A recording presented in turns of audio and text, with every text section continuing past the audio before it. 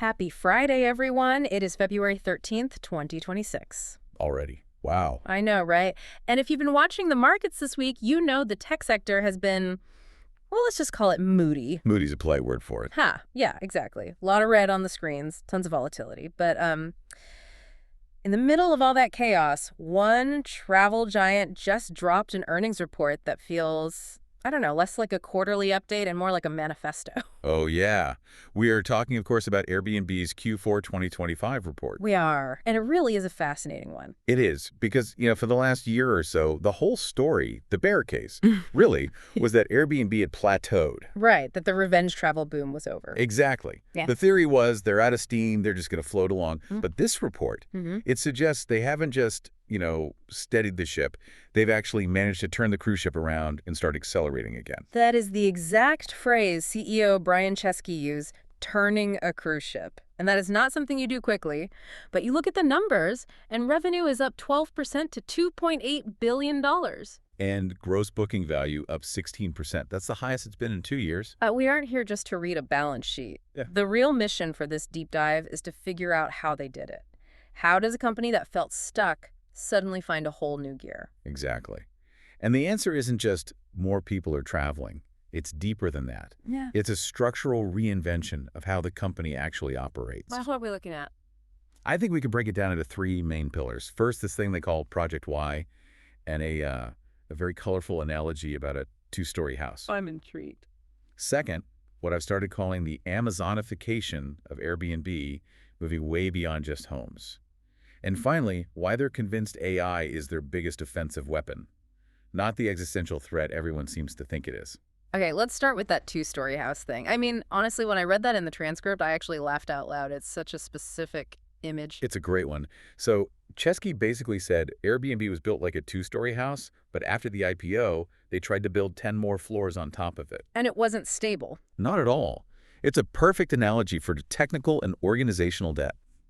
I mean, think about it. They started as this scrappy startup, literally in an apartment. Right. The foundation, the code, the teams was built for a small operation. Then, boom, they're a massive global public company. They hire thousands of people, create all these departments. And marketing stops talking to engineering. Design is in its own little world. Precisely. You end up with a shaky skyscraper built on a bungalow foundation. And the biggest result was a lack of speed. Chesky admitted they were only releasing major updates twice a year. In tech, that's glacial. You just can't compete at that pace. You can't. So Project Y is their answer to that. It is a full-on return to their startup roots. Getting back to the garage days. Exactly. Instead of these huge, slow departments, they created small, elite teams. And their mandate was to fix specific problems and do it fast. So what's the new mantra? Chesky talked about this cycle. Yeah. Focus, shift, learn, scale. They stopped doing those massive twice-a-year updates and just started shipping improvements every single week. Right. Sometimes daily. And that's actually working. It seems to be. They said that this new model drove hundreds of millions of dollars in revenue in 2025 alone, just from fixing the small, annoying things that made booking difficult. It's all about removing friction. It is. If a page loads a second faster, if a button is easier to find, your conversion rates go up. And at Airbnb's scale, a tiny percentage increase in conversion is real money. Okay, but here's the part that really gets me from a financial perspective. Usually when a tech company says we're reaccelerating, you expect their expenses to just explode. Right, burning cash to buy growth. But Airbnb is doing this while keeping a 28% adjusted EBITDA margin. That's the key metric right there. So for anyone listening who maybe isn't a CPA, can we just pause for a second and unpack that? Why is that the number Wall Street obsesses over? Yeah, good question. So EBITDA, it just stands for earnings before interest, taxes, depreciation, and amortization. Right. And it's basically, it's a way to measure a company's pure operating profitability. Before all the other stuff. Before all the accounting tricks and, government bills come into play. It really tells you how efficient the actual business engine is. A 28% margin is incredibly healthy. For every dollar that comes in, they're keeping 28 cents as operating profit. And they also generated, $4.6 billion in free cash flow? Right, which is exactly what it sounds like. It's the actual cash the business generates that they can put in the bank or reinvest. And the reason they can do that, unlike, say, the AI giants building these massive data centers, is that Airbnb is asset light. They don't own the houses. They don't own the homes. Yeah. They don't pay the mortgages. They don't pay the cleaners. They just optimize the software that connects everyone. It's a super disciplined, high-margin way to grow. Okay, so speaking of getting people into those homes, let's talk about the features that actually changed user behavior. This is where the psychology meets the economics. And one of the biggest friction points for me, and I know for a lot of people, is paying all that money up front. You find a great place for 6 months from now, but you have to drop $3,000 today. It's a huge psychological barrier. And that's why their reserve now, pay later feature was such a big deal when they rolled it out in the US. You could book with $0 up front. Literally $0. That's a game changer. But my first thought is, does that just encourage people to window shop? Does it actually make them money? Well, the data shows it didn't just get more people to book, it changed what they booked. This is the really cool behavioral economics part. How so? When you take away the immediate pain of payment, people feel wealthier in that moment. Yeah. And so the data showed users started booking larger homes, 4 bedrooms, or more, and way more expensive properties. Because the immediate shit to their bank account was $0. Exactly. So they upsized their vacation just because they didn't have to pay for it yet. It drove up their average daily rate simply by delaying the pain. But what about cancellations? I mean, with no skin in the game, I'd be tempted to book 3 places and just decide later. That was the risk, for sure. That was the internal fear. And cancellations did go up. A lot. About 1%. That's it. That seems totally acceptable. Very acceptable.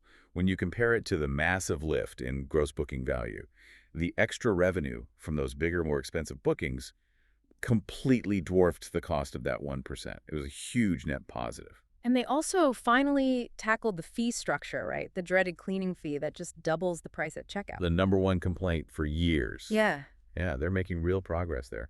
They've been shifting to a host-only fee model. Which means the sticker shock for the guest goes away. Exactly, because the service fee is just baked into the rate the host sets. And what did that do to prices? I would assume hosts would just jack up their rates to cover it. They did, but here's the crazy part. Yeah. Overall, prices actually became more competitive. How does that work? When hosts could see the final all-in price that a guest was paying, a lot of them realized, oh, wow, I'm actually pricing myself out of the market. So transparency creates competition. I love that. The market just corrects itself. Okay, so let's shift to the second pillar you mentioned, supply. You can't grow if you don't have places for people to stay. And Airbnb has this really clever event playbook for recruiting hosts. This is their secret weapon for supply acquisition, absolutely. You look at the Paris 2024 Olympics. Airbnb added over 40,000 listings in Paris just for that event. 40,000. That's like adding an entire hotel chain to a city overnight. It is. And the key insight is the psychology of those new hosts.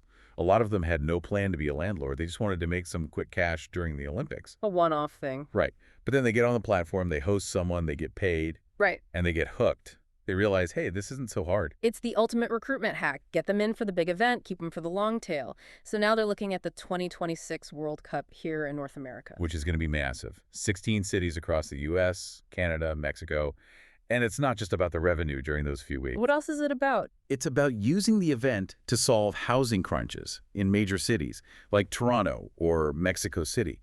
Airbnb can go to the city government and say, look, you can't build 50 new hotels in a year. Let us absorb this demand for you.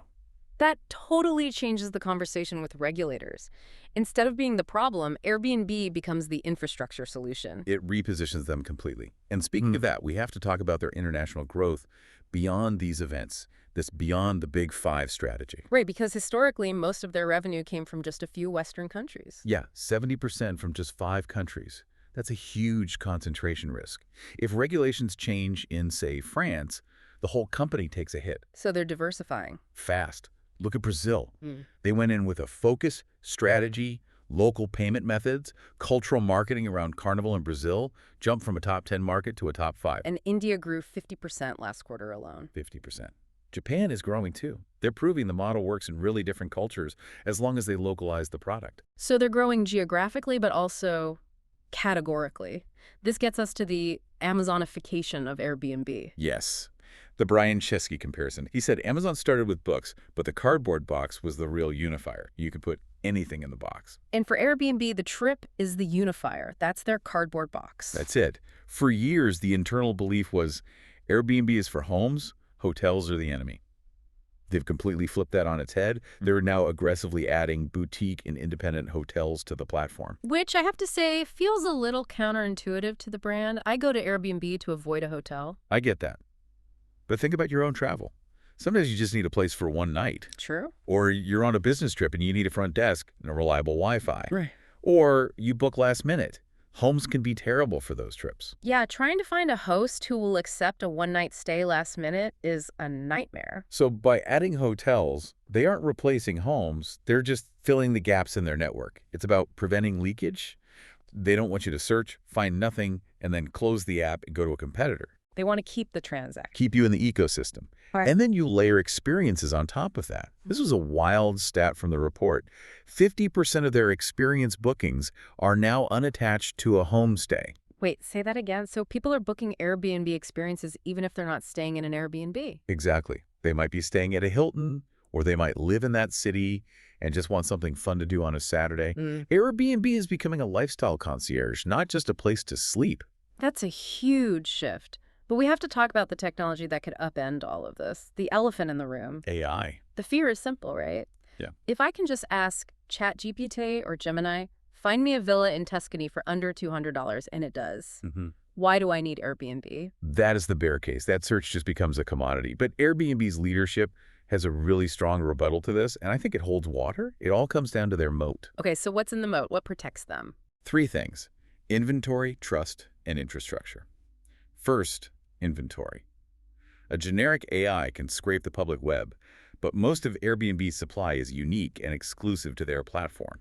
So the AI can't sell what it can't access? Right. If you want that specific treehouse, you have to go Okay. through Airbnb. Second is trust. This is the big one. They have 200 million verified IDs. That's more than the number of U.S. passports in circulation. Wow. They handle $100 billion in payments. They handle the insurance. A chatbot can give you a list of addresses, but it can't verify that the host isn't a scammer. That's a really good point. I might ask an AI for ideas, but am I going to give it my credit card to book a stranger's house based on a scraping algorithm? Probably not. Not yet. You need that intermediary to hold the money and guarantee the stay.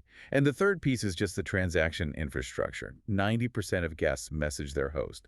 That human connection layer is all proprietary. So they're defending against AI, but they're also using it. They hired a new CTO, Ahmad Aldal, who came from Apple and Meta. Yeah, he actually built the Llama models at Meta. That is some serious firepower to bring in. And their approach seems really pragmatic. It is. They aren't trying to build some flashy God mode AI. They're starting with customer service, which has always been a pain point for them. They said a third of support tickets are already being resolved by their custom AI agent. No human involved. That's huge for efficiency. It's massive. And they're moving to voice AI. Soon you'll call support and just talk to an AI that sounds human, knows your reservation, and can probably fix the issue instantly. No more waiting on hold. No more elevator music. And I think it's important that they're using open models like Llama and just fine-tuning them. They're not spending $10 billion to train a model from scratch like Google. Which goes right back to that financial discipline we talked about at the start. Exactly. They're riding the AI wave without having to pay to build the wave. It keeps their profitability high while their tech stays cutting edge. So, to bring it all home, we have a company that realized its foundation was shaky, spent a year rebuilding it with Project Y, and is now using these big global events to fuel a supply engine that just keeps getting bigger. And at the same time, they're diversifying into hotels and experiences to capture every type of trip, all while using AI to drive down costs and defend their turf. It's a really compelling turnaround story. They actually turned the cruise ship. And the financials back it up. We mentioned the free cash flow, but there's also a tax benefit coming, right? Yes, the One Big Beautiful Bill Act. They must have fun naming these things. I mean, it sounds like a joke, but the impact is very real. Because of some legislative changes, their effective tax rate is going to drop significantly in 2026. So they're growing revenue, and they get to keep a larger slice of the pie. It's a very healthy picture. Okay, so here's my final thought for you to chew on. If Airbnb successfully layers AI over its entire platform, if it knows what you like and what you can afford better than you know yourself, and it can offer you hotels, homes, cars, experiences, does it even stop being a travel company? Does it just become your personal lifestyle concierge? And if that happens, what happens to the traditional hotel chains? If Marriott and Hilton are just selling rooms, but Airbnb is selling entire trips and life, Who wins that battle? That is the question. The interface usually wins. As always, thank you for diving deep with us. We'll catch you next time. Thanks for listening.